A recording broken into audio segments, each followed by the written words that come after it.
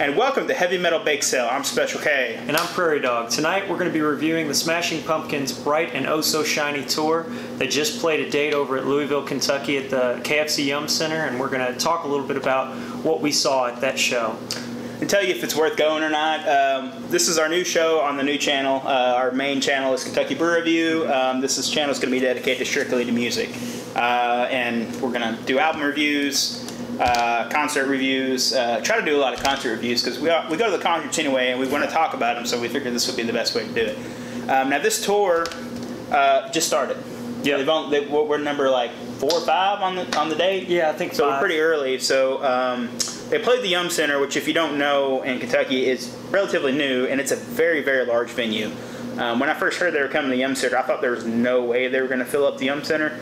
And I was correct. Yeah. They didn't even fill up half the Yum Center. So actually, all of the upper sections, they just put a big curtain down under. And for us, we paid for the cheaper seats. We actually got a free upgrade. So, because they had to move everybody down to the bottom floor. Yeah, so we bought the 300 row seats, really crappy. We came in, they're like, hey, you guys got an upgrade. And I was like, what? I was like, okay, because we paid $20. They gave us our upgrade seats. We ended up being really, really good seats. And I'm gonna attempt to insert some pictures into the end of the presentation if you want to see how close we are.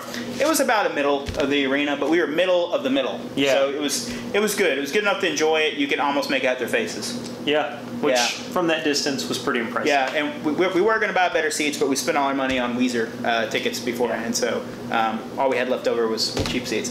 So it ended up being a pretty decent seats. Now the people around us kind of suck, but that's we'll talk more about that. That's just kind of people you're going to gather at these kind of shows. So one thing that happened with this show specifically is tickets got dropped down substantially cheaper. Originally tickets were like $50 a piece for nosebleeds. They dropped down a couple times. We bought them, they were $20 a piece. And then by the time the day of the show, they were like $13 or $14 a piece. So they were pretty cheap, and even then they still did not sell out the Yum Center. But again, it's a very large venue. The last few times that the Smashing Pumpkins played, they played the Louisville Palace, which holds about a sixth of what the Yum Center holds, and I think it's a better venue for them with the type of music they play. Yeah. But on to the actual show. So you want to talk about the opener? Yeah, so before we get into the opener, it needs to be understood, if you're not already aware, this is a reunion tour, so they've gotten back 3/4 of the original lineup to do this show. Minus Darcy. Yeah, she's the one they don't have on board. Right now, their concert lineup is Billy Corgan, obviously, James Iha, Jimmy Chamberlain on the drums, and then we've also got Katie Cole, who's doing a little bit of backing vocals and some piano, Jack Bates on the bass, and Jeff Schroeder from Billy's newer lineup. He also plays on the show, and at times the setup seemed a little crowded. 3 guitar players was overkill. Agreed. Well, yeah. It was when they first came on. The people around us that clearly weren't really there because they like the Smashing Pumpkins. They were there because it was a $12 or $14 concert on a Saturday. Yeah. We're like, why do they have so many guitarists? Yeah. It's like, so before we get heavy into the Pumpkins, real quick, let's just mention Metric as they open. Oh, absolutely. Yeah. Our opener was Metric. I would consider myself a longtime casual fan of Metric. If you haven't checked out their stuff, please do. As always, they really put on a good show, I would say. It was very short. Now, I knew of Metric. I didn't listen to them, a lot. My wife was with us. She enjoyed them. I thought they were good. Their set was really short, which is to be expected. When they went on, there was nobody. No. Nobody there. So, I mean, that's discouraging to a band. Throughout the entirety of their set, people were coming and going. There wasn't a lot of respect shown there. But despite that, the band put on a really good show. Their vocalist, she's really incredible. She has such a range, and she actually brings that to the stage in her live performance. So I was really pleased with that. And I think that's a lot to do with the state of rock and roll music as a whole, metal and rock. It just, it's people go to these concerts now as a casual thing.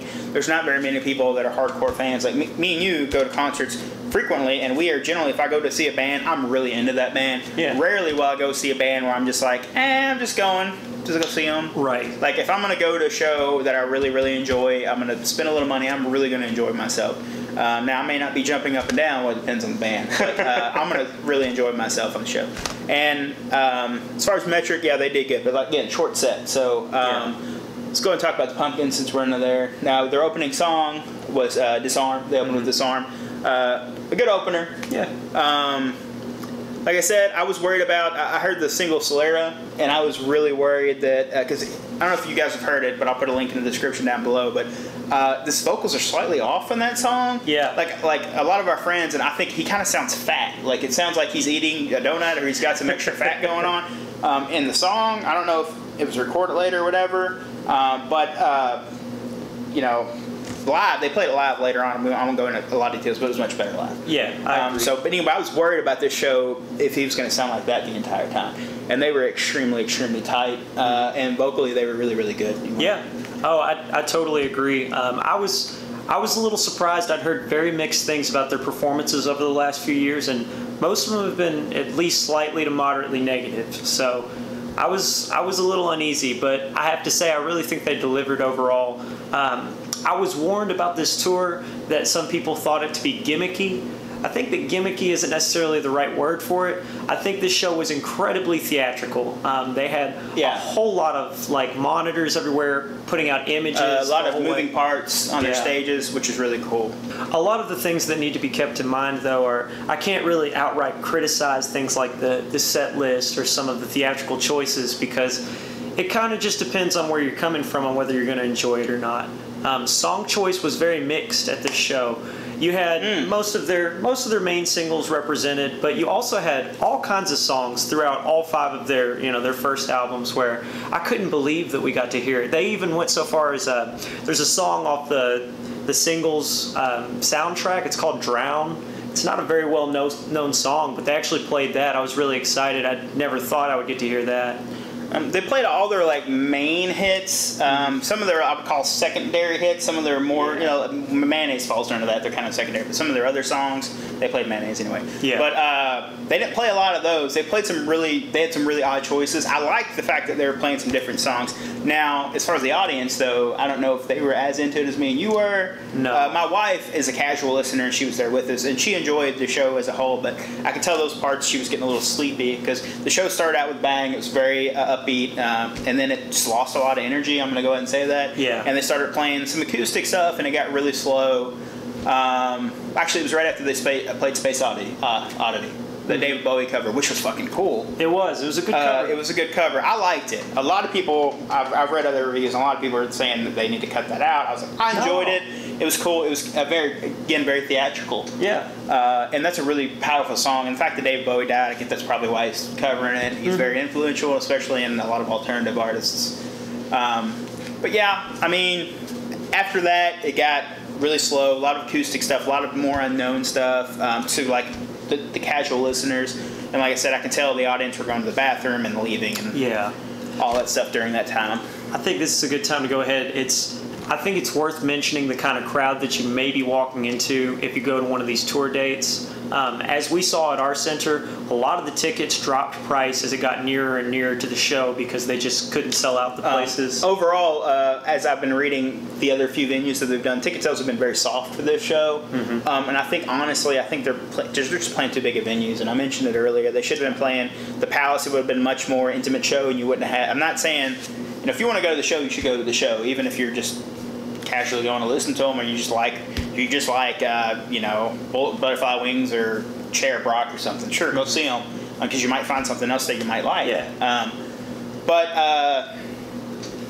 Yeah. Just understand if you don't pay out for better seats, you're probably going to be surrounded by people that are casual listeners and maybe aren't going to be as respectful throughout the whole show as you'd like. You know we're sounding like hipsters right now, right? Yeah, well, we definitely felt the brunt of that tonight. I love the guy next to me that's yelling and screaming and having a good time. That doesn't bother me. It's the people that are behind me yelling at me to sit down, or it's the people in front of me that are taking selfies the entire time. They're not, focusing on the show. That stuff bothers me. If you're there for a show, enjoy the show, and expect people to be standing at a concert. Right. With the exception of the entire stadium was standing, with the exception of our section that we were in, and people were very rude. There were one people that were very nice about us, asking us to sit down, but. Yeah, it's a concert. You don't sit at concerts. No. But on the subject of the covers, they did 3 covers, right? Yes. Or was it 4? No, 4 technically. 4 technically. Yeah. So that was Landslide by Fleetwood Mac. Space Oddity. Bowie. Stairway to Heaven by Led Zeppelin. Yeah. And the last one was a country song. Yeah, it was Baby Mine by Betty Noyes, I think is how you say it. Which is also later covered by Alison Krauss, which is a more modern country singer. Overall, I thought the covers were really good. You want to talk about Landslide? How'd you feel about it? Landslide, personally, I like the Smashing Pumpkins cover better than the original. Mm-hmm. I don't know if it was I think it was one of their weakest songs, though. I think it sounded slightly off. His vocals were a little weird on it, and it felt a little lazy. Mm-hmm. But I think that was really the only song that felt lazy to me.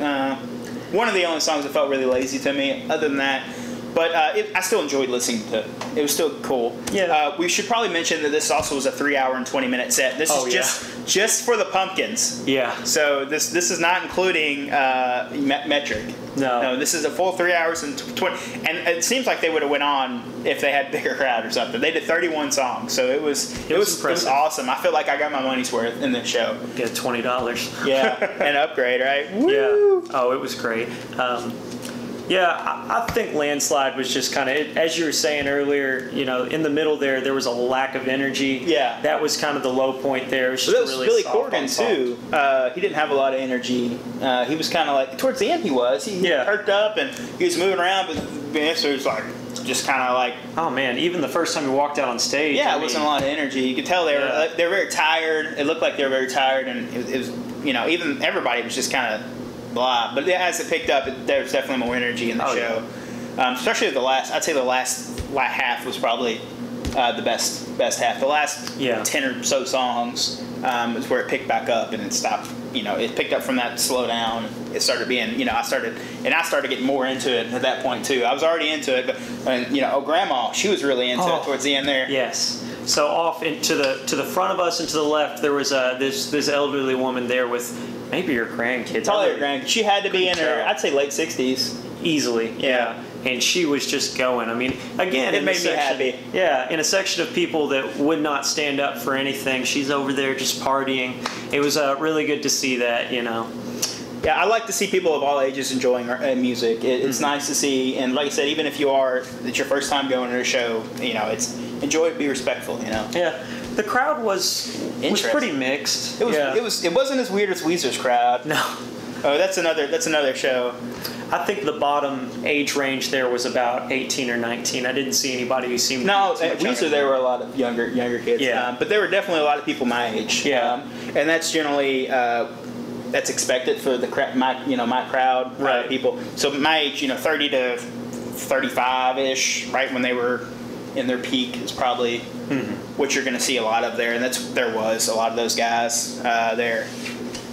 So to go ahead and break down what kind of songs you might be seeing if you go to one of these concert dates. Yeah. They played 7 off of Melancholy and the Infinite Sadness and 7 off of Siamese Dream.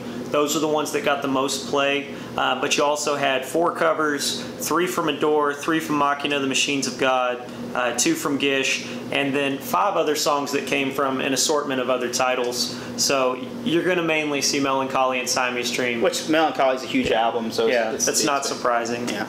So what were some of your favorite tracks? My favorites that they played at the concert were they played Try, Try, Try off of Machina, which I absolutely didn't expect. It's one of my all-time favorite songs of theirs, and it sounded really good live, even though it has kind of a heavy synth part in it. And then, of course, 1979 was performed very, very well. Yeah. What about you? I like Siva a lot, and then I really enjoyed, and I was really surprised that I enjoyed the song, and I mentioned to you, I really like Solera. Like, I was really iffy on that song when I first heard it. I mentioned it earlier, and when they played it live, it sold me. It was heavy, it was really well made, and the vocals were great on it. The guitar work is phenomenal, and the drums were sick. It mixed really well live too. Yes, it was sick. Yeah. Solera, it really sold me. If you're gonna listen to that song, I recommend listening to it live, other than the music video version, which is weird and cool. The music video is weird and cool, but the vocals are. I listened to it 1.5 times prior to the concert, and going into the concert, I did not like that new song, but having heard it live, I was pretty sold on it. What do you think the weakest tracks were What was that? There was that really heavy synth song where he was doing that 502 thing. What was that track? Oh, jeez. It was later, wasn't it? Yeah. I don't remember. I can't remember either. I already mentioned like Lancelot was a little weak, but it was still definitely a crowd pleaser. Yeah. Honestly, like I said, for most people, the middle section would be weak for them. But like I said, I enjoyed it. Yeah. But I'm gonna go with like Lancelot. It's like I said, it just felt lazy to me. But other than that, I generally liked everything else. Overall, I thought the synth songs were performed fairly well. Yeah, and I didn't like the live. synth song that much, but yeah. I didn't have any songs that I thought were just outright weak for the most part, but there was one thing that he kept doing that really, really bugged me, and that was on some of their bigger songs, he would make an inappropriate pause right before, like say Tonight, for instance, right before they go to the outro, he just paused for like 15 seconds. Yeah, and what it did was I think it was supposed to be a gimmick or something, but all it did was kill the tension of the song for me. Because everybody would cheer and assume it was over, and we knew it wasn't over, but like the people who are there don't know that it's not over, and they cheer, and then they continue to play. Another thing that also bugged me about it was he asked the crowd to sing along to some songs, but it was usually very obscure songs. Extremely, like deep cut, very obscure songs that nobody's gonna. It wasn't the Tonight 1979 or Lancelot or Cherub Rock or any of those. It was the really obscure song. I think he did it on Mayonnaise though, which Mayonnaise is more known, but he also did it to Porcelina of the Vast Oceans. Right. Yes. I'm a huge fan of the Smashing Pumpkins, and I've listened to just about all of their songs, but even I was at a loss for I don't really know what he was saying there, Mm-hmm. So there was that one song they actually put the lyrics of the song up on the thing, and I was like, that would be a song you would sing along to, I guess. That was 33, wasn't it? Yeah, I think so. You don't even need the lyrics for that. Yeah, they're really, simple. But so overall, my concert experience, the Yum Center, I like it as a venue. Beers are reasonable for concert venue compared to, and they have a huge selection of craft beer. Yeah, Country Boy. And we had a few beers. We were dealing with some a-holes around the stage antics and stuff. So the set and all that was really cool. I like that. Overall, I think the show is I'm going to give it a 7. On our rating scale, we have a 1 to 10. I need to explain this because this is a new show. Absolutely. 5 is average. 1 is shit. 10 is I'm going to go follow them around the country. So 7 would be, that's definitely good. It's definitely good going toward the Great Range. Yeah. I'm going to go 7.5. 7.5. I enjoyed myself. I had a good time. I had a good value. Like I said, it went on a little long at times in the middle there. It was a little down sections, but other than that, they're really tight. And I had a really good time. And I would honestly, I would recommend going to this tour, The Shining Oh So Bright. Definitely recommend going to this tour. I'm going to go ahead and adjust because I am a huge fan. But even so, I'm a big fan, but not as big as you. Yeah. I'm going to mirror your 7.5. I think that's a really accurate rating. Honestly, overall, it was a fantastic show. I think it's really important to note with this being kind of a reunion tour, all of the albums were appropriately represented. So if you like any of the Smashing Pumpkins' early work, you're going to find something that you're going to like at this show. Again, prices are falling, so I think it's very reasonable. I mean, if we were going for bang for buck, out of this world. Yeah, you can't beat it. T-shirts, we can talk about merch. So merch was a little overpriced, but I mean, it was the same price as they were at Weezer. Yeah, I'm used to paying $20 to $25 at the shows I go to. Generally, the shows I go to are a little bit smaller. I don't really go to very many giant shows, but the last 2 I went to were pretty big shows. Yeah, merch was a little high, but it's fine. They're nice shirts. It's a once in, it's kind of like you're going out for a concert. It's a weekend thing. It's cool to buy a shirt. I don't have. It's whatever. One thing that, or 3 like you. Yeah. Oh well, go big or go home. Right. One thing that needs to be addressed is they've had a reputation in the past of having just walking guitar solos that walk all the way out the door and right back. And they started, and I thought they were going in that direction. Oh, yeah. So I didn't mention this earlier, but this shirt right here is from the first time they came to this area. And this was over 10 years ago was the last time I saw them. I feel sound old. But I saw them over 10 years ago on this tour. It was like the Zeitgeist album. This album right here with Tarantula, and that was the big song off that album. Anyway, It was at the Louisville Palace, and it was the worst show I've ever been to in my life. And I've been to hundreds of shows. They weren't in sync. They were clearly in an argument. Billy Corgan was kind of being a douche to the audience. There was a dude in the front yelling, "Play zero, play zero," which they did play at our show. But and they played it well. They didn't play it like when a band doesn't want to play a song, they play it really fast to get it out of the way. But anyway, he told this guy to fuck off, and they're not going to play zero. And they did not play zero the entire show. And he proceeded to play like a 23-minute guitar solo where the entire band walked off the stage, and people started walking out and booing. So, but this was not the show not the show we went to tonight, not the Shining House tour. This was the 2008 tour, and I was really worried about that going into this show, but I didn't have that issue. All of the solos were really tasteful. They stayed mainly true to the albums, but there were a couple of notable exceptions. I'm trying to think. There was one song in particular where I felt like the solo was actually better live than it was on the album. I honestly can't name it off the top of my head, but they did very, very well. So if you've seen them in the past and you had an issue with that, they don't seem to be following that trend on this tour, so you can rest assured there. Another important note is, obviously Kevin saw him 10 years ago. I'm a little young to have been able to do that even, especially considering these albums. I mean, the newest one was in 2000.